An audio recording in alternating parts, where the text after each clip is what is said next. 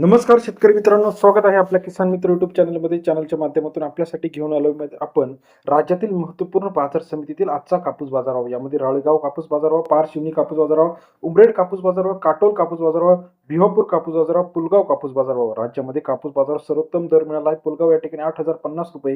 गेल्या काही दिवसापासून कापूस बाजार जो रखडलेला होता, आता पुन्हा एकदा कापूस बाजारभाव वाढताना पाहायला मिळत आहे. चला तर जाणून घेऊया महाराष्ट्रातील महत्त्वपूर्ण बाजार समितीतील कापूस बाजाराची सविस्तर अपडेट.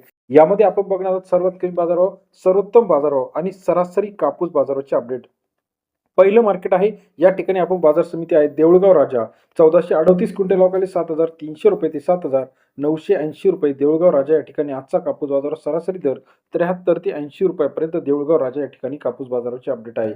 तसेच महाराष्ट्रातील पुढील महत्त्वाची मार्केट जे आहे, बार्शी टाकळीमध्ये 3541 क्विंटल अवकाळी 7,400 रुपये ते 8,010 रुपये प्रति क्विंटलचा. बार्शी टाकळीचा आजचा कापूस बाजारावर सरासरी दर 74 ते 80.10 रुपये. 3541 क्विंटल आवक बार्शी टाकळीमध्ये आली आहे. सिंधी सेलू 3753 क्विंटल अवकाळी 7,200 रुपये ते 8,070 रुपये प्रति क्विंटलचा.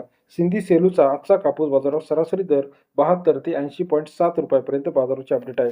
पुलगावमध्ये 1590 क्विंटल अवकाळी 7,200 ते 8,050 रुपये. पुलगावचा बाजार समितीतील बाजारावर सरासरी दर 72 ते 80.5 रुपयापर्यंत बाजारभाव. भिवापूर 1,035 क्विंटल अवकाळी 7,300 रुपये ते 7,890 रुपये.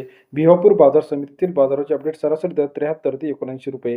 राळेगाव 4,996 क्विंटल अवकाळी 7,200 ते 8,030 रुपये प्रति क्विंटलचा.